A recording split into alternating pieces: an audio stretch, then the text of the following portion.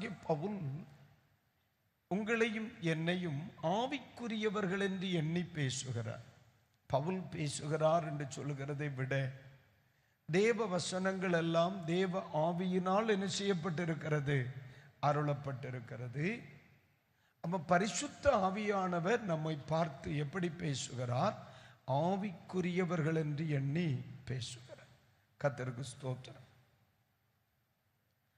கொரிந்திய திருச்சபைக்கு அவர் நிருபத்தை எழுதும் பொழுது உங்களை ஆவிக்குரியவர்கள் என்று எண்ணி பேச முடியவில்லை என்று எழுதுகிறார். எங்கேன்னு உங்களுக்கு தெரியுமா? 1 கொரிந்தியர் 3ஆம் அதிகாரம் என்று நினைக்கிறேன். 1ஆம் வசனமா? படிங்க. 3:1. 1 கொரிந்தியர் 3:1. மேலும் சகோதரரே, நான் உங்களை ஆவிக்குரியவர்கள் என்று எண்ணி, ஆமென், உங்களை ஆவிக்குரியவர்கள் என்று எண்ணி உங்களுடனே பேசக்கூடாமல் மாம்சத்துக்கு உரியவர்கள்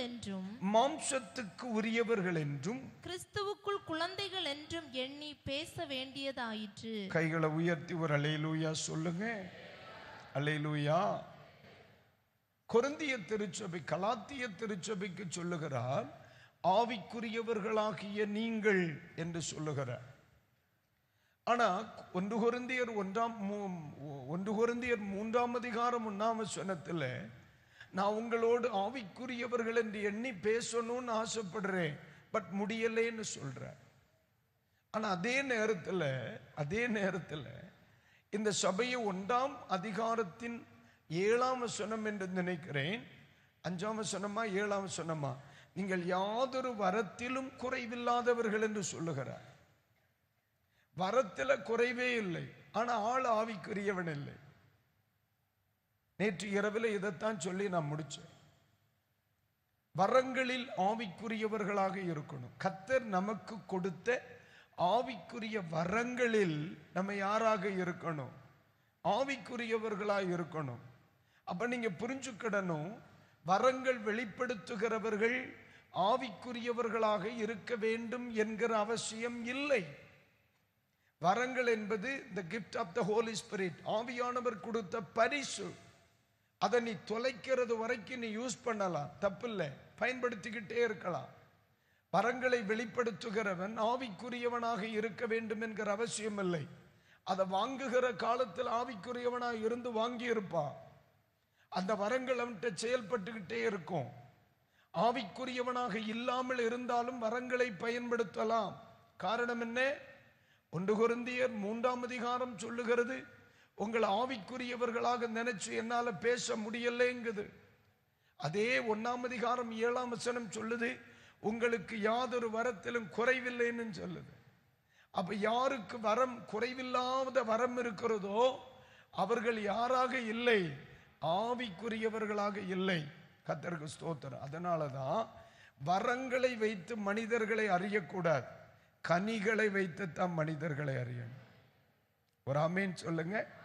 ஐயா, அவர் கண்ணை மூடி பயங்கரமா தீர்க்க தரிசனம் சொல்ற. பைபிள் சொல்லுது ஆவிக்குரிய வரங்களும் குறைவுள்ளது என்று சொல்லப்பட்டிருக்கிற. அப்படின்னா தீர்க்க தரிசனங்கள் ஆனாலும் குறைவுள்ளதுன்னு பைபிள் சொல்லுது. அப்போ ஒரு மரத்தை எப்படி அறிந்து கொள்ள முடியும்? ஒரு ஆவிக்குரியவனை எப்படி அறிந்து கொள்ள முடியும்? அவனுடைய கனிகளினால், அவனுடைய சுபாவத்தினால தான் ஆவிக்குரியவனை அறியணும். அந்நிய பாஷை பேசுறான் பிரதர், அவன் பிசாசு தான் என்ன அழகா பேசுன்னு நினைக்கிறீங்க. பாஸ்டர் வெளிப்பாடெல்லாம் சொல்றான் பிரதர், அவங்க சொல்றாங்க பிசாசு என்ன வெளிப்பாடு சொல்லுவான்னு நினைக்கிறீங்க? கொஞ்சம் உட்கார்ந்து கேட்கணும். மகனேன்னு கூப்பிட்டுருவான், அவனை மகளேன்னு கூப்பிட்டுருவான். விட்டம்னா நான் சொல்றேன், பைபிள் சொல்லுது வரங்கள் வரங்கள் ஸ்தோத்திரம், வரங்கள் சில எல்லையில் வெளிப்படுகிறது, ஆனால் அவர்கள் ஆவிக்குரியவர்களாக இல்லை. சில ஆவிக்குரியவர்கள் மாம்சத்துக்குரியவர்களாக முடிவெடுக்கிறதுனாலதான் சில தோல்விகள் நடக்குது. இஸ்ரவேல் ஜனங்களை கடற்கரை மணலத்தனையாக ஆசீர்வதிப்பேன்னு சொன்னார். இஸ்ரவேல் மக்களை எண்ணுகிறது யாருக்கு பிடிக்காது? ஆண்டவருக்கு பிடிக்காது. ஆனா தாவீது என்ன செய்கிறார்? எண்ண முற்படுகிறார், ஒரு முடிவெடுக்கிறார். இஸ்ரவேலரை எண்ண போறேன். இஸ்ரவேலரை எண்ண போறேன், நம்ம ஜனங்கள் எவ்வளவு பேர் இருக்கிறாங்கன்னு நம்ம எண்ணிறணும் அப்படின்னு அவர் சொல்றார். எல்லாரும் சொல்றாங்க வேண்டாம், இன்றைக்கு இருக்கிறதை விட இன்னும் இஸ்ரவேலை கர்த்தர் பெருக பண்ணுவாராக சொல்றாங்க. ஆனால் அவர் செவி கொடுக்கவே இல்லை. ஒரு முடிவெடுக்கிறார். கடைசியில் எங்க போய் முடிஞ்சிச்சு? ஒரு மிகப்பெரிய சங்காரத்தில் போய் முடிஞ்சுதா இல்லையா? அப்ப தேவனுடைய பிள்ளைகள் முடிவெடுக்கிற விஷயத்துல ஆவிக்குரியவர்களா முடிவெடுக்கணும். அங்க அவர் மாம்சத்தில் முடிவெடுக்கிறார். பைபிள் சொல்லுது, அவனை எண்ணும்படி பிசாசு அவன் இருதயத்தை ஏவினான் அப்படின்னு இருக்கு. ஆளு யாரு? தாவீது. ஆவிக்குரிய மனுஷன், அபிஷேகம் பெற்ற மனுஷன். தாவியானவர் தாவீதோடு கூட இருந்தார்னு பைபிள் சொல்லுது. ஆவியானவர் கூடவே இருந்த மனுஷனாகிய தாவீதுக்குள்ள ஜனங்களை எண்ணணுங்கிற அந்த எண்ணத்தை புகுத்தினது யாரு? அசுத்தாவி. அப்ப சுயம் உள்ள வருதா இல்லையா? அந்த முடிவு ஆவியில எடுக்கலையே, சுயமாலியே எடுக்கிறார். அதனாலதான் சொல்றேன், நீங்களும் நானும் முடிவெடுக்கிற நேரங்களில் ஆவிக்குரியவர்களா எடுத்து பழகணும்.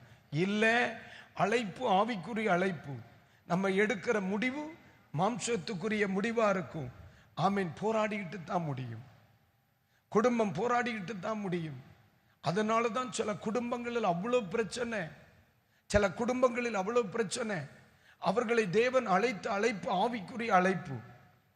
அவங்களுக்கு தேவன் கொடுத்த அழைப்பு ஆவிக்குரிய அழைப்பு. அவங்க எடுக்கிற முடிவெல்லாம் மாம்சத்தில் எடுப்பாங்க. ரெண்டும் கட்டு முட்டிக்கிட்டு நிற்கும். மாம்சத்துக்குரியதும் ஆவிக்குரியதும் ஒன்றை போராடும் மக்களே. வாழ்க்கை முழுவதும் போராடும். அதனாலதான் எப்பவுமே சொல்லுவேன், மாம்சத்துக்குரியவர்களோடு வாழ்க்கையில் இணைக்கப்படுவதில் ரொம்ப கவனமா இருக்கணும். ஏன்? உன்னுடைய அழைப்பு ஆவிக்குரிய அழைப்பு, ஆவிக்குரியவனாக அழைப்பு. நீ எடுக்கிற முடிவு எப்படி இருக்கும்? மாம்சத்தில் இருந்தன்னா ரெண்டு கோணத்தில் தான் டிராவல் ஆகும். அப்ப முடிவெடுக்கிற விஷயத்துல ஆவிக்குரியவர்களாக எடுத்து பழகணும். ஆராதனையில மட்டும் அல்ல ஆவிக்குரியவர்களாக இருப்பது, ஜபத்தில் மட்டும் அல்ல ஆவிக்குரியவர்களாக இருப்பது, சபைக்குள்ள இருக்கும் பொழுது மட்டும் அல்ல ஆவிக்குரியவர்களாக இருப்பது. வாழ்க்கையில ஒவ்வொரு முடிவுகளை எடுக்கும் பொழுதும் நீ ஆவிக்குரியவனாக எடுத்து பழகணும். இல்லை என்றால் என்றைக்காகிலும் ஒரு நாள் அது உன்னை முச்சந்தியில் கொண்டு நிறுத்திவிடும். ஆமை. வரங்களுக்கு அடுத்த காரியத்தில் ஆவிக்குரியவர்களா இருக்கணும். நான் மறுபடியும் சொல்றேன், வரம் என்பது தேவனால் கொடுக்கப்படுகிற ஒரு ஆற்றல். அது ஆண்டவர் உங்க கையில கொடுத்துட்டாரு. எப்படி நினைக்கிறீங்க? ஒரு பேனாவை உங்க கையில கொடுக்கிற மாதிரி. நீ எழுதினாலும் சரி, உடைச்சாலும் சரி, தூர போட்டாலும் சரி, அது உன்னோட முடிஞ்சு போச்சு. சிலர் 10 வருஷம் வச்சிருப்பாங்க, சிலர் அதை 100 வருஷம் வச்சிருப்பாங்க. ஆண்டவர் நமக்கு தருகிற வரங்கள் என்பது உங்களுக்கு கொடுக்கிற பரிசு. நான் உங்களுக்கு ஒரு பெண்ணு கொடுக்கிறேன், நான் உங்களுக்கு ஒரு சட்டை எடுத்து கொடுக்கிறேன். அதை மாதிரி நீ பத்திரமா வச்சா அது உனக்கு பயன்படும். நீ தாறுமாறா யூஸ் பண்ணா அது போயிரும், சீக்கிரமா உன்னை விட்டு போயிரும். ஆனா இந்த வரங்களை செயல்படுகிற விஷயத்துல எப்படி இருக்கணும்? ஆவிக்குரியவர்களா இருக்கணும். எக்ஸாம்பிள், நேற்றுக்கு ராத்திரி சொல்லிக் கொடுத்தேன். இரட்டிப்பான கிருபையை பெற்று வந்த எலிசா அம்மை ரொம்ப டென்ஷனா வர்ற. முத காரியம் அவர் போன டென்ஷன். ரெண்டாவது ஸ்தோத்திரம், தனிமைப்பட்டு போன. அப்படியே என்ன செய்யணும்னு தெரியல, ஏக டென்ஷன்ல ஏறி வர. பிள்ளைகள் எல்லாம் தோத்திர மொட்டத்திலையான்னு கூப்பிட்டு ஆளுக்கு செம கோபம், சபிச்சுட்ட. 42 குழந்தைகளை கரடிகள் வந்து பீறி போட்டது. இந்த இடத்தில் ஒரு வரம் தான் அங்க செயல்படுது. ஒரு வரந்தாலும் செயல், பீர்னாலும் சரி, கீர்னாலும் சரி, தொங்க விட்டாலும் சரி. அந்த இடத்தில் கரடிகள் வருவதற்கு என்ன காரணம்? அந்த இடத்தில் அவர் தன்னுடைய வரத்தை மிஸ்யூஸ் பண்றார். சரி, அந்த இடத்துல மிஸ்யூஸ் பண்ணும் பொழுது மாம்சம் வேலை செய்திருக்கணுமா, ஆவி வேலை செய்திருக்கணுமா? மாம்சம் வேலை செய்திருக்கணும். மாம்சம் வேலை செய்தாலும் வரம் செயல்பட்டுச்சா இல்லையா? அப்ப தெய்வம் நமக்கு கொடுத்த வரங்களை செயல்படுத்தும் பொழுது நம்ம யாராத்தான் இருக்கணும்? ஆவிக்குரியவர்களாகத்தான் இருக்கணும். இல்லை என்று சொன்னால் காலப்போக்கிலே நம்முடைய வாழ்க்கையில் மிகப்பெரிய பாதிப்புகள் வருவதற்கு ஏதுவாகும். கைகளை உயர்த்தி ஒரு அல்லேலூயா சொல்லுங்க. கைகளை உயர்த்தி ஒரு அல்லேலூயா. ஆண்டவர் நமக்கு கிருபை தருவாராக. எல்லாரும் கைகளை உயர்த்தி ஒரு அல்லேலூயா சொல்லுங்க. சத்தமா சொல்லுங்க அல்லேலூயா. அப்போ நாம் எப்பொழுதும் நம்மை ஆவிக்குரியவர்களாக விளங்க பண்ண வேண்டும். அந்த வார்த்தை சொல்லுகிறது ஆவிக்குரியவர்களாக என்ன செய்யணும்? விளங்க பண்ணணும். பாருங்க, டைரக்டா இதுக்கு ஒரு வார்த்தை இல்லாமல் இருந்தாலும் இன்னொரு வார்த்தை உங்களுக்கு நான் சொல்றேன். அதாவது நாம் என்ன செய்கிறோம்?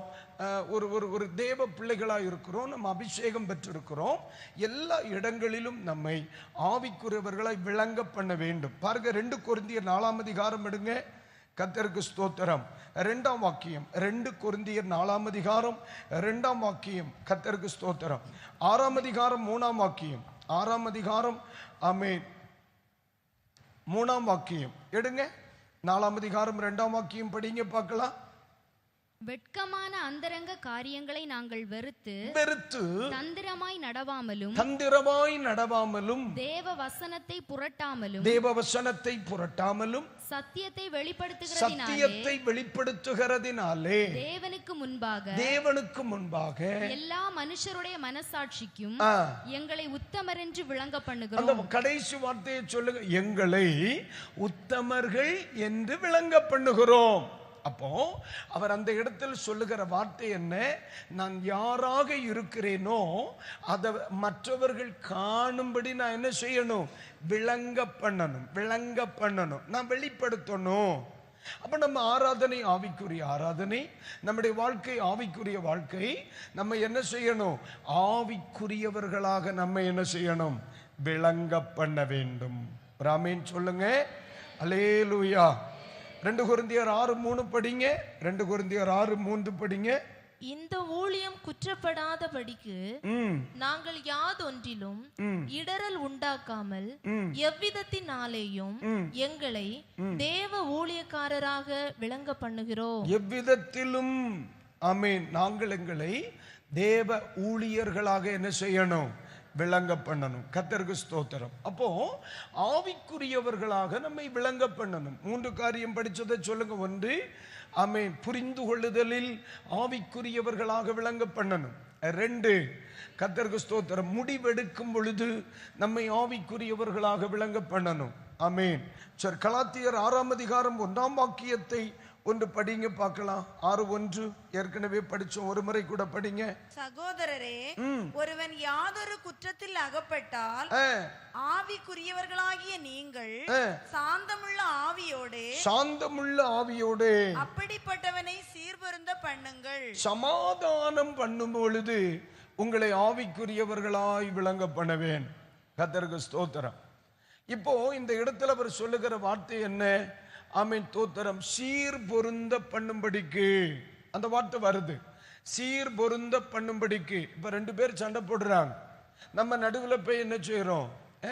நியாயம் தீர்க்கிறோம். நீ இது செய்த, இதை செய்யக்கூடாது, இதை பேசக்கூடாது, இதை பேசக்கூடாது அப்படின்னு நம்ம பேசும் பொழுது நம்ம யாராக தான் நிற்கணும்? ஒரு ஆவிக்குரியவனாக நின்று அவர்களை சீர்பொருந்த பண்ணணும். சில நேரங்களில் சமாதானம் பண்ண போகிறவங்க கடைசியில பார்த்தா மாம்சத்துக்குரியவர்களா கோவப்பட்டு படபடப்பு, லோ பிரஷர், ஹை பிரஷர் ஆகி, சுகர் கூடி, சுகர் லோவாகி இப்படியெல்லாம் எழும்பி வருவாங்க. அதுக்கு அவசியம் எல்லாம் இல்லை. அப்ப தெய்வ மக்கள் சமாதானம் பண்ணும்போ, சமாதானம் ஒரு ஆளுக்கு புத்தி சொல்லுகிற நேரத்தில் ஆவிக்குரியவர்களா புத்தி சொல்லணும், மாம்சத்துக்குரியவர்களா புத்தி சொல்ல நிக்கப்பட. மாம்சத்துக்குரியவர்களா புத்தி சொன்னா அவன் எந்த பாவத்தில் சிக்கி இருக்கிறானோ அது உன்னை பின்தொடரும். நீ ஆவிக்குரியவனா புத்தி சொன்னா ஆவியானவரே உன்னை கொண்டு பேசி அந்த காரியத்தை சமாதானமா என்ன செய்திருவார்?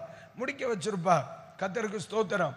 அதனாலதான் தோத்திரம், பரிசுத்தத்தை குறித்து பேசும் பொழுது நீயும் உன்னை குறித்து எச்சரிக்கை ஆயிரு அப்படி சொல்லுவார். ஒரு ஆளை சீர்பருந்த பண்ணும் பொழுது, மனம் திரும்ப பண்ணும் பொழுது, பணம் திரும்ப பண்ணு என்று சொல்லிவிட்டு நீ உன்னை குறித்தும் எச்சரிக்கையாருன்னு சொல்லுவார். ஏன்னா ஒரு ஆளுக்கு உபதேசம் பண்ணும்போ ஆவிக்குரியவனா உபதேசம் பண்ணி பழகணும். ஒரு ஆளுக்கு புத்தி சொல்லும்போ ஆவிக்குரியவர்களா புத்தி சொல்லி பழகணும். மாம்சத்தில் நின்றுட்டு நீங்க புத்தி சொன்னா அவனை எந்த ஆவி பின்தொடர்ந்து அவனை கீழ்ப்படியாதவனா மாக்கிச்சோ அதே ஆவி உனக்கு வேண்டு வரும். நான் சொல்ல புரியுதா இல்லையா? அல்லேலூயா. கர்த்தருக்கு ஸ்தோத்திரம். நம்ம ஒரு ஆளுக்கு புத்தி சொல்லும் பொழுது ஜெபம் பண்ணி ஆவிக்குரியவர்களா நமக்குன்னு ஒரு வட்டம் இருக்கலாம், அந்த வட்டத்துக்குள்ள நின்று உபதேசம் பண்ணிக்கிடணும். அவர்களை பண்ணும் பொழுது ஆவிக்குரியவர்கள் என்று சொல்லுகிற வட்டத்துக்குள்ள நின்று உபதேசம் பண்ணணும்.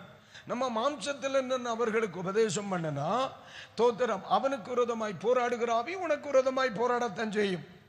அவனுக்கு விரோதமாய் அவனை விபச்சாரக்காரன் ஆக்கின ஆவி, அவனை சண்டைக்காரனா மாற்றின ஒரு ஆவி, அவனை வேசிக்கல்லனா மாற்றின ஒரு ஆவி அவனுக்குள்ள உண்டு. அவனுக்கு குடும்பத்தில் கலகத்தை ஏற்படுத்தின ஒரு ஆவி அவனுக்குள்ள உண்டு. அந்த ஆவி தோத்திரம், நீங்க யார் மூலமா அந்த குடும்பத்திற்கு விடுதலை வருதோ அவர்களுக்கு விரோதமாக இது எழும்பத்தான் செய்யும். அப்ப அந்த இடத்துல நீங்களும் நானும் யாராத்தான் நிக்க வேண்டிய இருக்கு? ஆவிக்குரியவர்களாத்தான் தெய்வ மக்கள் நிக்கணும். அதனாலதான் சில ஆட்கள் இந்த தவறை செய்யறாங்க. மாம்சத்துல நின்று அவங்களோட பேசி மாம்சத்துல நின்று அவங்க காரியத்தை செய்துட்டு அப்புறம் எது அவங்க வீட்டுல பிரச்சனையோ அதே பிரச்சனை இவங்க வீட்டுக்குள்ள வரும். அதே பிரச்சனையை இவங்க சந்திப்பாங்க. சிலர் சொல்லுவாங்க, பாஸ்டர் அந்த வீட்டில் ஜெபம் பண்ண பிறகு ஒரே போராட்டம் பாஸ்டர். அது எப்படி சாத்தியமாகும்? நீ வெளியே நின்று வேலை செய்திருப்ப, நீ ஆவிக்குரிய அனுபவத்துக்கு வெளியில நின்று வேலை செய்திருந்தா கண்டிப்பா பிரச்சனையை நீ ஃபேஸ் பண்ணுவ. நீ ஆவிக்குள்ள நின்று பண்ணி இருந்தா ஆவியானவர் அந்த பிரச்சனையை ஃபேஸ் பண்ணுவார். ஒரு அல்லேலூயா. வீடு சந்திக்க போகும் பொழுது, குடும்பங்களுக்காக திறப்பில் நின்று ஜெபம் பண்ணும் பொழுது, மற்றவர்களுக்காக ஜெபிக்கும் பொழுது, மற்றவர்களுக்காக புத்தி சொல்லும் பொழுது நம்ம யாராக நிற்கணும்? ஆவிக்குரியவனாக நின்று பண்ணணும். ஆவிக்குள்ள நின்று வேலை செய்தா நமக்கு தீங்கு வராது. ஆவியானவரே அந்த காரியத்தை பொறுப்பேற்றுக் கொள்ளுவார். ஆவியானவரே அந்த காரியத்தை பார்த்துக் கொள்ளுவார். ஆவியானவரே அந்த பிரச்சனைக்கு பரிகாரம் தருவார். அதே நேரத்தில் நம்ம ஆவிக்குரியவர்களாக இராம மாம்சத்துக்குரியவர்களாக நின்று அந்த பிரச்சனையை நம்ம ஹேண்டில் பண்ணணும்னா வருகிற பிரச்சனைக்கு நம்ம தான் ஈடு கொடுக்கணும். அதனாலதான் பிள்ளைகள் எந்த ஒரு காரியத்திலும் சீர்பொருந்துதலின் காரியங்கள், புத்தி சொல்லுகிற காரியங்கள், ஆலோசனை சொல்லுகிற காரியங்கள், முடிவெடுக்கிற காரியங்கள் வரும் பொழுது ஆவிக்குரியவர்களாகிய நீங்கள், ஒரு அல்லேலூயா. அதுதான் 6ஆம் அதிகாரம் 1ஆம் வசனம் சொல்லுது. சீர்பொருந்த பண்ணுங்கள்னு சொல்லிட்டு நீயும் சோதிக்கப்படாதபடி உன்னை குறித்து எப்படி இரு, எச்சரிக்கையார்னு சொல்றார். ஏன்? நீ ஆவிக்குரியவனா நின்று அதை செய்யலைன்னா, ஆவிக்குரியவனா நின்று அந்த பிரச்சனை ஹேண்டில் பண்ணலைன்னா அதே பிரச்சனையை நீ சுமக்க வேண்டியது வரும். ஆமீன், ஸ்தோத்திரம். ஆமீன். மாம்சத்துல வந்து போராடி, கர்த்தர் அனுமதிக்காம வந்து போராடி, ஆண்டவர் போன்னு சொல்லாம வந்து போராடி எனக்கு எத்தனை பேருடைய பிரச்சனைக்கு தலை கொடுக்க முடியும்ன்றேன். ஆவியானவருடைய நடத்துதல், ஆவிக்குரிய அனுபவத்தின் வெளிப்பாடுகள், ஆண்டவர் கரெக்டா ஒரு இடத்துல போக சொல்றன்னா அந்த இடத்துல தேவை இருக்கும். கைகளை உயர்த்தி ஒரு அல்லேலூயா. சாந்தமுள்ள ஆவியோடு அப்படிப்பட்டவர்களை ஆவிக்குரியவர்களாகிய நீங்கள். அடுத்த வார்த்தை சொல்லுகிறார், உங்களை குறித்து எச்சரிக்கையா இருக்கணும். நான் ஆவிக்குரியவனா தான், ஆனா என்ன குறித்து நான் இன்னொரு எச்சரிக்கையா இருக்கணும். ஏன் எச்சரிக்கையா இருக்கணும்? பைபிள் தெளிவாய் சொல்லுகிறது, அவனோடு போராடுகிற ஆவி உனக்கு விரோதமாய் போராடாதுன்னு நீ சொல்ல முடியாது. அப்ப சமாதானம் பண்ணும் பொழுது, புத்தி சொல்லும் பொழுது, சீர்பொருந்த பண்ணும் பொழுது எப்பவுமே தேவ பிள்ளைகளா நமக்குன்னு தெய்வம் ஒரு சர்க்கிள் தந்திருக்கிறார். ஆவிக்குரிய அனுபவம் நமக்குள்ள தெய்வம் தந்திருக்கிற ஒரு எல்கை உண்டு. அதுக்குள்ள நின்றுட்டு சொல்லணும். அதுக்கு மேலே என்ன? வழக்காட நிற்கப்படாது, சண்டைக்கு நிற்கப்படாது, உபதேசம் பண்ணணுமே தவிர வழக்காட நிற்கப்படாது. கர்த்தருக்கு ஸ்தோத்திரம். ஒரு அல்லேலூயா. சத்தமா சொல்லுங்க அல்லேலூயா. அப்போ எந்த இடத்துல ஆவிக்குரியவர்களா இருக்கணும்? சமாதானம் பண்ணும் பொழுது தேவ பிள்ளைகள் ஆவிக்குரியவர்களா இருக்குவேன். கைகளை உயர்த்தி ஒரு ஆமீன் சொல்லுங்க. சத்தமா சொல்லுங்க அல்லேலூயா, அல்லேலூயா. ஒரு முறை கூட சொல்லுங்க அல்லேலூயா, அல்லேலூயா. அப்போ ஆமென், தோத்திரம். 2 கொரிந்தியர் 3ஆம் அதிகாரத்தை திருப்புங்க. ஆமென், தோத்திரம், ஸ்தோத்திரம், ஸ்தோத்திரம். 3ஆம் அதிகாரத்தில் 6ஆம் வசனத்தையும் 8ஆம் வசனத்தையும் ஒன்று படிங்க பார்க்கலாம். புது உடன்படிக்கையின் ஊழியக்காரராய் இருக்கும்படி, புது உடன்படிக்கையின் ஊழியக்காரராய் இருக்கும்படி அவரே எங்களை தகுதி உள்ளவர்கள் ஆக்கினார். அடுத்து, அந்த உடன்படிக்கை எழுத்திற்குரியதாய் இராமல் ஆவிக்குரியதாய் இருக்கிறது. கைகளை உயர்த்தி ஒரு அல்லேலூயா சொல்லுங்க. இப்ப நம்ம எல்லாம் ஊழியம் செய்யறோம் இல்லம்மா, நம்ம எல்லாம் ஊழியம் செய்யறோம் இல்ல, அந்த ஊழியம் எப்படிப்பட்டதா? ஆவிக்குரிய ஊழியமா. நம்ம செய்யற ஊழியம் என்ன? ஒரு சண்டே ஸ்கூல் நடத்தினாலும் சரி, ஒரு ஒரு ஒரு ஒரு கிளை, ஒரு ஞாயிறு பள்ளி, ஒரு வகுப்பெடுத்தாலும் சரி, சபையில் ஒரு சின்ன ஊழியம் பெரிய ஊழியம் செய்தாலும் நாம் செய்கிற ஊழியத்துக்கு பேர் என்ன? ஆவிக்குரிய ஊழியம். கர்த்தருக்கு ஸ்தோத்திரம். அப்ப செய்கிறது ஆவிக்குரியவர்களா ஊழியமா இருந்தா நம்ம செய்யும் பொழுது எதுல செய்யக்கூடாது? மாம்சத்துல செய்யக்கூடாது. ஆவிக்குரியவர்களாக நின்று தாங்க கர்த்தருடைய ஊழியத்தை செய்யணும். அல்லேலூயா. அவர் அதான் சொல்லுகிறார். ஆமீன். ஆவிக்குரியவர்களாய் விளங்க பண்ணுகிறோம், உத்தமர் என்று விளங்க பண்ணுகிறோம். நான் ஊழியம் செய்யும் பொழுது திறமை வேணும், திறமை வேணும் மக்களே. ஆமீன். தோத்திரம். பாடுகிற திறமை எனக்கு உண்டு, எனக்கு திறமை வேணும். பேசுகிற திறமை எனக்கு உண்டு, பேசுகிற திறமை வேணும். ஆனா இவை எல்லாவற்றுக்கும் மேலாய் இது என்னதான் திறமை இருந்தாலும் நீ ஆவிக்குரியவனாக இருந்து நின்று ஆவிக்குள்ள நின்று ஊழியம் செய்யணும். காரணம், திறமை ஜெயிக்காது, நிறுத்தாது. அப்ப நம்ம செய்கிற ஊழியம் எப்படிப்பட்ட ஊழியம்? ஆவிக்குரிய ஊழியம் இல்ல. அப்போ ஆவிக்குரிய ஊழியத்தை மாம்சத்துக்குரியவர்களாய் செய்யப்படாது. ஆவிக்குரிய பீடங்களில் நின்று மாம்சத்துக்குரியவர்களாய் பேசணிக்கப்படாது. அப்ப நீங்க நல்லா கவனிக்கணும். ஆண்டவரே, இன்னும் என்னுடைய ஊழியத்தை ஆவிக்குரியவனாய் செய்ய கர்த்தர் கிருபை தருவீராக. ஒரு அல்லேலூயா. அப்ப நம்முடைய ஊழிய களங்களிலே ஆவிக்குரியவர்களா என்ன செய்ய வேணும்? விளங்க பண்ண வேணும், விளங்க பண்ண வேணும். கர்த்தருக்கு ஸ்தோத்திரம். சில நேரங்களில் என்னிடத்துல நிறைய பேர் சொல்லுவாங்க, பாஸ்டரையா நீங்க சில நேரத்தில் சிரிச்சு ஜாலியா பேசுறீங்க அப்படின்னு சொல்லுவாங்க. ஆனா ஒண்ணு, அந்த பகுதியில் நான் ஊழியத்தில் ஆரம்பிக்கல. ஆரம்ப விசுவாசிகளுக்கு தெரியும், ஆரம்ப கால பிரசங்கம் எல்லாம் சிரிச்சான்னா அவ்வளவுதான், சுவாலி முடிஞ்ச அவன் நிலைமை. அப்படித்தான் நம்ம ஊழியம் ஆரம்பிச்சது. இடைப்பட்ட காலங்களிலே கர்த்தருடைய ஆவியானவர் சபை என்னை நடத்தினான் சொல்லி இருக்கணும். ஒரு தரிசனம் தான் என்னை இப்படிப்பட்ட ஒருவனாக மாற்றியது. ஒரு தரிசனம் தான் என்னை மாற்றியது. அல்லாத பட்சத்தில் உங்களை பலிபீடத்திலே சிரிக்க வைக்க வேண்டும் என்கிற எண்ணத்துடன் நான் சிரிக்க வைப்பதில்லை. ஏன் காரணம் அப்படின்னா, சபையில் எல்லாரும் ஆவிக்குரியவர்கள் அல்ல, எல்லாரும் ஆத்மீக முதிர்ச்சி உள்ளவர்கள் அல்ல, எல்லாரும் ஆவிக்குரிய உன்னத நிலை அடைந்தவர்கள் அல்ல. நம்ம கொஞ்ச நேரம் அப்படியே நின்று நான் பேசிக்கிட்டே இருந்தேன்னா சபையில் ஏறத்தாழ 40% பேர் கர்த்தருக்குள் நித்திரை அடைந்து விடுவார்கள். அல்லேலூயா. ஆமா, பாதி பேர் ஆவியில் அனலா இருப்பாங்க. நம்ம ஆவிக்குரிய காரியத்தை ரொம்ப டீப்பா பிரசங்கம் பண்ணி போகும்போது அவங்களுக்கு என்ன செய்தார்? அவர் சொல்ல, கல்லாதவர்கள் அதை எப்படி தோத்திரம் புரிந்து கொள்ள மாட்டார்களே அப்படி சொல்ற மாதிரி ஆவிக்குரிய அனுபவம் இல்லாதவர்களுக்கு ஆவிக்குரிய காரியங்கள் எப்படி இருக்கும்? அவங்களுக்கு போர் அடிக்கத்தானே செய்யும், அவர்களுக்கு கஷ்டமா இருக்கும்ல. எப்பவுமே அதை குறிச்சு, அம்மா இங்கிலீஷே உனக்கு தெரியாதுமா, நான் இங்கிலீஷ்லயே பேசிட்டு இருந்தேன்னு நீ என்ன செய்வ? அம்மை தோத்திரம். உடனே ஒரு முடிவு எடுத்துருவேன், பேசாம ஒரு தலைவணி எடுத்துட்டு வந்திருக்கலாம். நீங்க முடிவு எடுப்பீங்களா? அதே மாதிரிதான் ஆவிக்குரிய உன்னத நிலை தெரியாத ஒரு பிள்ளைக்கு நம்ம எல்லாரும் டீப்பா நம்ம பிரசங்கம் பண்ணிட்டே இருக்கோம்னா கண்டிப்பா அவர்களை நீங்கள் ஆதாயப்படுத்திக் கொள்ள முடியாது. அவன் கிளம்பிடுவான், இந்த சீச்சி இந்த பழம் புளிக்கும்ட்டு சொல்லி கிளம்பிடுவான். அதே நேரத்தில் நம்ம சொல்லுகிற அந்த சத்தியத்தை சிரித்த முகத்தோடு ஒரு சின்ன சிரிப்பா அம்மை தோத்திரம் நம்ம பிரச்சனை பரவாயில்ல. இப்போ வெளியெல்லாம் போனால் சொல்லுவாங்க, பாஸ்டர் நீங்கள் பேசுறது ரொம்ப தமாஷா இருக்கும் பாஸ்டர்பா. உடனே வேதனையாக இருக்கும். சில நேரங்களில் இயேசுவை பற்றி அவ்வளோ நேரம் பேசி இருப்பேன், நான் அதை சிரிப்பாக பேசினது மாடா உனக்கு பெரியுது. அது தெரியுது சார், இருந்தாலும் உங்கள் பேச்சு எங்களுக்கு ரொம்ப சிரிப்பாக இருக்குது அப்படின்னு சொல்லுவாங்க.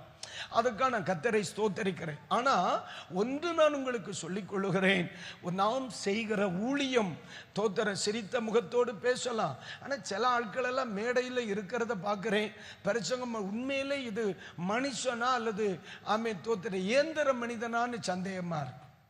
எனக்கு அப்படிப்பட்டவர்களை சுத்தமா எனக்கு ஒத்துக்கவே செய்யாது. எனக்கு மேடையில் இருந்தால் சிரிச்சிட்டு இருக்கணும், சிரிச்சு பேசணும். நமக்கு ஆண்டவர் எல்லா மிருகங்களை விட, ஆண்டவர் படைச்ச எல்லா பிராணிகளை விட மனிதர்களுக்கு மட்டும்தான் சிரித்து வாழ்கிற, வாய்விட்டு சிரிக்கிற ஒரு சாப்ட்வேரை கர்த்தர் கொடுத்திருக்கிறார். ஆமென். உங்களுக்கு உண்டுன்னா ஒரு அல்லேலூயா சொல்லலாம். ஒரு சிலரை நம்ம சந்தேகப்பட வேண்டிய இருக்கு. ஏன்னா மனிதர்களாய் இருந்தால் அது உண்டு. ஏன் இதை சொல்றேன்னா, அது கர்த்தர் எதுக்கு தந்தார்? சந்தோஷமா சிரித்து பேசி ஆண்டவர் சொன்ன, என் சமூகத்தில் வந்து நீங்க என்ன செய்யணும்? மகிழ்ந்து இருக்க வேண்டும், மகிழ்ச்சியா இருக்கணும்னா. ஆமா, ஆண்டவருடைய ஆலயத்தில் பிள்ளைகள் மகிழ்ச்சியா இருக்கணும், சந்தோஷமா இருக்கணும். அதுக்கு ஒன்று நடுக்கோயில கிரிக்கெட் விளையாடணும்னு ஆசைப்படப்படாது. கர்த்தருக்கு ஸ்தோத்திரம். நாங்க பிறகு ஃபுட்பால் விளையாட வேண்டிய இருக்கும்.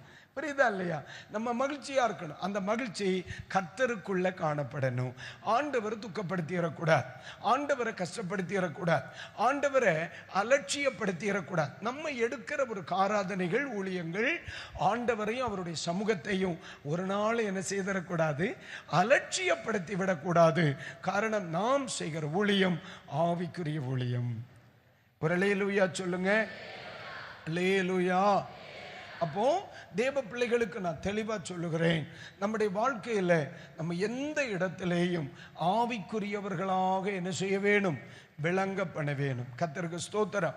ஒரு முடிவெடுக்கிற விஷயத்துல ஆவிக்குரியவர்களா விளங்க பண்ணணும், புரிந்து கொள்ளுகிற விஷயத்துல ஆவிக்குரியவர்களாக விளங்க பண்ண வேணும். கர்த்தருக்கு ஸ்தோத்திரம் உண்டாகட்டும். அதுபோல இந்த இடத்துல சொல்லப்பட்டிருக்கிறல்ல, நம்ம இப்ப எங்க நிக்கிறோம், கொரிந்தியர்ல நிக்கிறோமா? தோத்திரம் கலாத்தியர் 6ஆம் அதிகாரம் 1ஆம் வசனத்தை படிங்க. போயிருவோம். ஒருவன் யாதொரு குற்றத்தில் அகப்பட்டால் ஆவிக்குரியவர்களாகிய நீங்கள் சாந்தமுள்ள ஆவியோடே, கவனிங்க, சீர்பொருந்த பண்ண வேணும். சொல்லுங்க, சாந்தமுள்ள ஆவியோடே. சொல்லுங்க அந்த வார்த்தையை ஒரு முறை கூட சொல்லுங்க, சாந்தமுள்ள ஆவியோடே. சரி, இந்த இடத்துல 2 பேரை சமாதானம் பண்ணணும். 2 பேரை நம்ம சமாதானம் பண்ணணும். என்ன செய்யணும்? சமாதானம் பண்ணணும்னா போன உடனே அவங்கள 2 பேரை கையை பிடிச்சி கல்யாணமா பண்ணி வச்சிருப்பே. முதல்ல இப்படி தாமலே இருக்கும் குடும்பம், சமாதானம் இப்படித்தான் இருக்கும் வாழ்க்கை. அப்போ பேச வேணுமா இல்லையா? பேச வேணுமா இல்லையா? ஒரு குடும்பத்தோட பேசணும், ஒரு சபையோட பேசணும். என்ன தேவைப்படுது? சாந்தமுள்ள ஆவி. அப்போ ஒரு இடத்துல நம்ம பேசும் பொழுது நம்ம ஆவிக்குரியவர்களாக நடந்து கொள்ள வேணும். கைகளை உயர்த்தி ஒரு அல்லேலூயா சொல்லுங்க, சத்தமா சொல்லுங்க, அல்லேலூயா. நம்ம ஒரு இடத்துல பேசும், சாந்தமுள்ள ஆவியோடு சீர்ந்து பண்ணுங்கள் அப்படின்னு சொல்ல காரணம், ஒரு இடத்துல நம்ம பேச வேண்டிய ஒரு சூழ்நிலை வருது. அந்த இடத்துல நம்முடைய மாம்சம் தலையிட வரக்கூடாது. சில ஆட்களுக்கு தோத்திரம் பேசும் பொழுது என்ன உள்ள வந்துடும், மாம்சம் உள்ள வந்துடும், ஜென்ம சுபாவம் உள்ள வந்துடும், அவருடைய பழக்க வழக்கங்கள் உள்ள வந்துடும். அவர்கள் சில எல்லைகளிலே தாங்கள் ஆவிக்குரியவர்கள் என்பதே என்ன செய்திருவாக, மறந்துருவாக. கைகளை உயர்த்தி ஒரு ஆமேன்னு சொல்லுங்க. அப்போ அந்த மாதிரிப்பட்ட பிள்ளைகள் சில இடங்களில் பேசாம இருக்கிறது புத்திசாலித்தனம், பேசாம இருக்கிறது அமைதி. சில ஆட்களை பார்த்துருக்கீங்களா, வாயை திறந்தாலே சண்டையை மூட்டி விட்டுருவான். ஏற்கனவே எங்க சண்டை ஓடிட்டு இருக்கோம், இவன் மட்டும் பேசினா நீ என்னல செய்வேன்னு கேட்டா போதும், அவ்வளவுதான், கோடிட்ட இடத்தை நிரப்புக, அடுத்த பிரச்சனை ஆயிரும். இவன் சமாதானம் பண்ண போய் அடுத்து பிரச்சனையை 3 வீட்டுக்கு அந்தாலும் இழுத்து கொண்டு விட்டுருவான். அது அப்படி இருக்கக்கூடாது. நம்ம தேவ பிள்ளைகளாகிய நம்ம பேசும் பொழுது எப்படி இருக்கணும்? சாந்தமுள்ள ஆவி இருக்கணும். ஒரு ஆமென். சாந்தமுள்ள ஆவி யாருக்கு? ஆவிக்குரியவர்களுக்கு. ஆமென். பேச்சில் வெளிப்படுகிறதான ஆத்மீகம், பேச்சில் வெளிப்படுகிற ஆவிக்குரிய அனுபவங்கள், நம்ம பேசும் பொழுது நம்ம ஆவிக்குரியவர்களாக நடந்து கொள்ள கர்த்தர் நமக்கு இன்னும் கிருபை தருவாராக. ஒரு அல்லேலூயா சொல்லுங்க, சத்தமா சொல்லுங்க, அல்லேலூயா, அல்லேலூயா. நேற்றுக்கு ராத்திரி கூட்டம் முடிச்சு வீட்டுக்கு போகிற வழியில நான் ஏதோ ஒரு காரியம் சொன்னேன். உடனே பாஸ்டர்மா சொல்லு, நீர் ஆவிக்குரியவராக்கும். ஆமென், தோத்திரம், மன்னிச்சுக்காமான்ட்டு போயிட்டேன். அவ்வளவுதான், வேற ஒண்ணுமே சொல்ல முடியாது. ஆமென். இதை செய்தியா இது அல்லது ஏதோ ஒரு காரியத்தை நான் கேட்டேன், அது கேட்க வேண்டிய ஒரு அவசியம்தான்.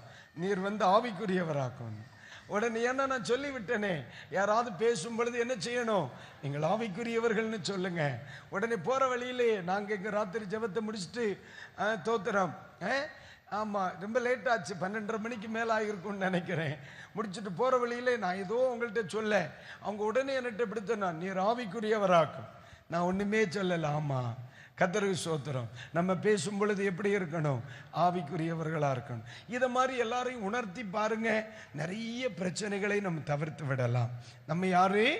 ஆவிக்குரியவர்கள். கைகளை உயர்த்தி ஒரு அல்லேலூயா சொல்லுங்க, சத்தமா சொல்லுங்க, அல்லேலூயா, அப்போ ஆராதனையில் ஆவிக்குரிய அனுபவங்கள் இருக்கணும். ஜெபம் பண்ணும் பொழுது ஆவிக்குரிய அனுபவம் இருக்கணும். பேசும் பொழுது ஆவிக்குரியவர்களா இருக்கணும். பயணத்தில் ஆவிக்குரியவர்களா இருக்கணும். நம்மை தேவன் வைத்திருக்கிற பொசிஷன்ல நீங்க ஜாப்ல இருக்கும் பொழுது நம்ம ஆவிக்குரியவர்களா இருக்கணும். நம்ம குடும்பத்தில் நம்ம ஆவிக்குரியவர்களா இருக்கணும். ஏனதை சொல்லுகிறேன்? கர்த்தருக்கு ஸ்தோத்திரம். ஆவிக்குரியவனை என் தேவனாகிய கர்த்தர் எந்த இடத்திலையும் அவர் கைவிடவே மாட்டார். கைகளை உயர்த்தி ஒரு அல்லேலூயா சொல்லுங்க. சத்தமா சொல்லுங்க அல்லேலூயா. உங்க வலது கரத்தை உயர்த்தி ஒரு நிமிடம் ஜெபம் பண்ணுங்க. ஆண்டவரே, ஆவிக்குரியவர்களாக நடந்து கொள்ள கர்த்தர் எங்களுக்கு உதவி செய்யும். ஆண்டவரே ஸ்தோத்திரம். ஆண்டவர்கிட்ட சொல்லுங்க, ஆண்டவர்கிட்ட சொல்லுங்க. கர்த்தருக்கு ஸ்தோத்திரம். நீ சோதிக்கப்படாதபடி எப்படி இருக்கணும்? எச்சரிக்கையா இருக்கணும். ஆவிக்குரியவர்களாகிய நம்மை சில நேரங்களில் சோதிக்கும். நல்லது செய்ய போறோம்னு மாம்சத்தில் செய்து நிற்கப்படாது. சமாதானம் பண்ண போறோம்னு மாம்சத்தில் பேசிட்டு நிற்கப்படாது. ஸ்தோத்திரம். சத்தியத்தை பிரசங்கம் பண்றேன்னு மாம்சத்தில் பேசிட்டு நிற்கப்படாது. கர்த்தருக்கு ஸ்தோத்திரம். ஆண்டவர் நமக்கு தந்திருக்கிற கிருபைக்கு தக்க ஆவிக்குரியவர்களாக நின்று கொள்ளவேன். கர்த்தருக்கு ஸ்தோத்திரம். மற்றவர்களுடைய ரட்சிப்பை விட, மற்றவர்களுடைய மனம் திரும்புதலை விட, மற்றவர்களுடைய சீர்பொருந்துதலை விட நம்முடைய ஜீவித நிலைநிற்பு ரொம்ப முக்கியம். கர்த்தருக்கு ஸ்தோத்திரம். அதனால பிள்ளைகள் ஆவிக்குரியவர்களாய் நடந்து கொள்ளவேன். எங்களை தேவ ஊழியர்களாய் விளங்க பண்ணுகிறோம். நாங்கள் ஆவிக்குரியவர்களாக விளங்க பண்ணுகிறோம். இன்றைக்கு ராத்திரியில் பரிசுத்த ஆவியானவர் இந்த வசனத்தை கேட்கிற எல்லா பிள்ளைகளுக்கும் சொல்றார், நீங்கள் உங்களை ஆவிக்குரியவர்களாய் விளங்க பண்ணுங்கள். நீங்கள் ஆவிக்குரியவர்களாய் விளங்க பண்ணுங்கள். எல்லாரும் ஆண்டவர்கிட்ட சொல்ல, இயேசுவே எங்களுக்கு உதவி செய்யும். ஆவிக்குரியவர்கள் கண்ணு மூடி ஜெபம் பண்ணுவாங்க. ஆவிக்குரியவர்கள் கண்ணு மூடி ஜெபம் பண்ணுவாங்க. ஆவிக்குரியவர்கள் உண்மையா கர்த்தரை தேடுவாங்க. அதான் உண்மையான ஆவிக்குரிய அனுபவங்கள். பாடுகள் வந்தாலும் விடமாட்டாங்க விசுவாசத்தை. ஆவிக்குரியவர்கள் தோத்தர் யார் என்ன சொன்னாலும் கர்த்தரை விட மாட்டாங்க. ஆவிக்குரியவர்களாகிய நீங்கள் ஸ்தோத்திரம் சோதரம் எச்சரிக்கையாய் இருக்கணும். ஆவிக்குரியவர்களாக நம்மை வெளிப்படுத்த, ஆவிக்குரியவர்களாக நம்மை வெளிப்படுத்த ஆண்டவர் எச்சரிக்கையாய் இருக்க சொல்லுகிறார். ஆண்டவரே, இன்றைக்கு ராத்திரி இந்த வசனத்தை கேட்கிற எல்லா பிள்ளைகளும் ஆவிக்குரியவர்களாய் நடந்து கொள்ள கர்த்தர் உதவி செய்யும். கைகளை உயர்த்தி ஒரு அல்லேலூயா. வாலிப பிள்ளைகளுக்கு சொல்றேன், தோத்திர பள்ளிக்கூடம் படிக்கிற இடத்துல ஆண்டவருடைய பிள்ளைகளா நீங்க நடந்து கொள்ளணும். பாருங்க, சில பிள்ளைகள் ஆவிக்குரிய பிள்ளைகள் உலகத்தானுகிட்ட சிநேகமா இருக்கணும். உலகத்தானுகிட்ட சிநேகமா இருக்கணும். அப்படியெல்லாம் இருக்கக்கூடாது. அது ஆபத்து. அது இன்றல்லது நாட்கள் நாளை உன்னை நடுத்தெருவில் முச்சந்தியில் நிறுத்தியரும். ஆவிக்குரியவன் மாம்சத்துக்குரியவர்களோடு என்ன செய்யக்கூடாது? விக்கிரகத்துக்கும் பேலியாளுக்கும் என்ன இல்லை? சம்பந்தம் இல்லை. கர்த்தருக்கு ஸ்தோத்திரம். தீமையானவைகளை விட்டு விலகிறணும். தீமையானவைகளை விட்டு விலகிறணும். அது அப்படி செய்தால் இன்றைக்கு அல்லது நாளை உன்னுடைய ஜீவிதம் முச்சந்தியில் நிற்கும். அதுதான் நியமம். அதுதான் நியமம். நம் மாம்சம் ஆவி என்ன செய்யாது? ஒன்றுபடாது. ஒன்றுபடாது. இருளுக்கும் வெளிச்சத்திற்கும் சம்பந்தம் இல்லை. விக்கிரகத்துக்கும் தேவனுடைய ஆலயத்துக்கும் ஐக்கியம் இல்லை. என்ன தோத்திரம். நீதிக்கும் அநீதிக்கும் இசைவு இல்லை. ஒரு நாளும் அதுக்கு இடம் கொடுக்கவே கூடாது. பள்ளிக்கூடத்தில் போகும் பொழுது ஒரு ஆவிக்குரிய பிள்ளையாகவே நடந்துக்கிட. பஸ்ஸில் யாத்திரை செய்யும் பொழுது ஒரு ஆவிக்குரிய பிள்ளையாகவே நடந்து கொள்ளணும். நமக்குள்ளே கர்த்தருக்கு ஸ்தோத்திரம். டிவிஷனுக்கு போகும் பொழுது எல்லாரையும் போல ரொம்ப எக்ஸ்ட்ரீமாலாம் பேரப்படாது. அப்படின்னு என்ன சொல்ல, இவனெல்லாம் என்னத்தை அப்படின்னு பேசுவாங்க. நீங்க நிந்திக்கப்படுவீங்க. உங்க பெற்றோர் நிந்திக்கப்படுவாங்க. நம்ம சர்ச் நிந்திக்கப்படும். இயேசுப்பா நிந்திக்கப்படுவார். இந்த பையெல்லாம் என்னத்துக்கு போறாங்க அப்படின்னு பேசிடுவாங்க. அப்போ நீங்க ஆவிக்குரியவர்களாகிய நீங்கள் டியூஷனுக்கு போற இடத்துல மற்ற மாணவர்களை விட நீங்க ரொம்ப ஒழுக்கமா இருந்து படிக்கணும். அதுபோல வேலை செய்கிற சகோதரங்களுக்கு சொல்றேன், ஆவிக்குரியவர்களாகிய நாம் எந்த இடத்துல நின்னாலும் நம்மை ஆவிக்குரியவர்கள் என்று என்ன செய்யணும்? விளங்க பண்ணணும். பொருளாதார ரீதியில விளங்க பண்ணணும். வேலை செய்கிற விஷயத்துல விளங்க பண்ணணும். ஒழுக்க நெறிகளில் விளங்க பண்ணணும். நம்முடைய ஆத்மீகம் சபைக்குள்ள மட்டும் அல்ல வெளிப்பட வேண்டியது. தோத்திரம். 168 மணி நேரம் ஒரு வாரத்தில் 3 மணி நேரம் தான் சபைக்குள்ள. மீற்று 165 மணி நேரம் எங்க தான் இருக்கிறோம்? வெளியில தான் இருக்கும். நம்ம ஆவிக்குரியவர்கள் இல்லையா? தெய்வத்தை ஆராதிக்கிறவர்கள் இல்லையா? நம்ம அபிஷேகம் பெற்ற பிள்ளைகள் இல்லையா? எந்த இடத்திலும் நம் ஆவிக்குரியவர்கள் என்று விளங்க பண்ணணும். கைகளை உயர்த்தி ஒரு அல்லேலூயா சத்தமா சொல்லுங்க. அல்லேலூயா, அல்லேலூயா. ஆண்டவருக்கு மகிமை உண்டாகட்டும். பிள்ளைகளுக்கு சொல்றேன், நீங்க பள்ளிக்கூடத்துக்கு போறீங்க, யார் பரியாசம் பண்ணாலும் சரி, நீ இருக்கிறதான அந்த இடத்துல உன்னை முழங்கால் படிக்கிட்டு ஜோம் பண்ணிட்டு உன் கிளாஸ்ல உட்காரு. ஜோம் பண்ணிட்டு கிளாஸ்ல உட்காரு. பெல் அடிச்சுட்டு ஒரு வார்த்தை முட்டிப்பட்ட, ஆண்டவரே இன்றைக்கு முழுவதும் எங்களை நீ நடத்தினே, இந்த வகுப்பறையில சுகமாய் இருக்க பண்ணினே, நீ ஜோம் பண்ணிட்டு வா. உன் கூட படிக்கிறவர்கள் பார்க்கட்டும், தப்பில்லை. ஆசிரியர்கள் பார்க்கட்டும், தப்பில்லை. ஏன் தோத்திரம்? உன்னை என்ன நீ அநீதியா செய்யற? அல்லது என்ன சொல்லுவாங்க, ரெண்டு பேர் காமெடியா வேணும்னா உன்னை தமாஷ் பண்ணுவாங்க, உன்னை பரியாசம் பண்ணுவாங்க. அதை பத்தி பிரச்சனையே இல்லை. ஆண்டவர் சந்தோஷப்படுவார். உலகம் உன்னை பரியாசம் பண்ணும், சமுதாயம் உன்னை பரியாசம் பண்ணும். நீ முழங்கால் பிடிட்டு ஜோம் பண்ணும் பொழுது ஆண்டவர் சந்தோஷப்படுவார். என் பிள்ளையை பார், அந்த இடத்துல அவன் ஆவிக்குரியவனாக விளங்க பண்ணுகிறான். அந்த இடத்துல என் பிள்ளை ஆவிக்குரியவனாக விளங்க பண்ணுகிறான். நமக்கு இயேசுவை பத்தி சொல்லாம சொல்லுகிற ஒரு வாய்ப்புகள் அதெல்லாம். அதனால அன்பு பிள்ளைகள், அப்போஸ்தலன் பவுல் சொல்லுகிறார், ஆவிக்குரியவர்களாக என்ன செய்யுங்கள், விளங்க பண்ணுங்கள். ஒரு ஆமென் சொல்லுங்க. வாய் இருக்குன்னு சொல்லி எல்லாம் தமாஷா எடுக்கக்கூடாது. தமாஷ் அடிக்கிறதும் ஒரு எல்கை இருக்கு. ஆவிக்குரியவன் பேசுவதற்கு ஒரு எல்கை இருக்கு. ஆவிக்குரியவன் வஸ்திரம் உடுத்துவதற்கு ஒரு எல்கை இருக்கு. ஆவிக்குரியவன் சிநேகிதர்களை செலக்ட் பண்றதுல ஒரு எல்கை இருக்கு. நமக்கு இதுதான் சரியாகும். ஒரு எல்லையை கடக்க கூடாதுன்னா கடக்க கூடாது. ஏன் தெரியுமா? கடந்தவர்கள் பலரும் திரும்பி வரவில்லை. கடந்தவர்கள் பலரும் திரும்பி வரவில்லை. கடந்தவர்கள் பலரும் திரும்பி வரவில்லை. ஆமீன். நல்ல தொட்டியாகிய ஜீவ தண்ணீருள்ள ஆமீன் தொட்டியாகிய தெய்வத்தை விட்டுவிட்டு வெடிப்புள்ள தொட்டியை தேடின எவரும் விரும்பி வரவில்லை. வர வேண்டும் என்று விரும்பின காலத்தில் அவர்களால் வர முடியல. அதனால் ஆவிக்குரியவர்களாகிய நாம் எல்லா இடங்களிலும் ஆவிக்குரியவர்களாக விளங்க பண்ணுவோம்.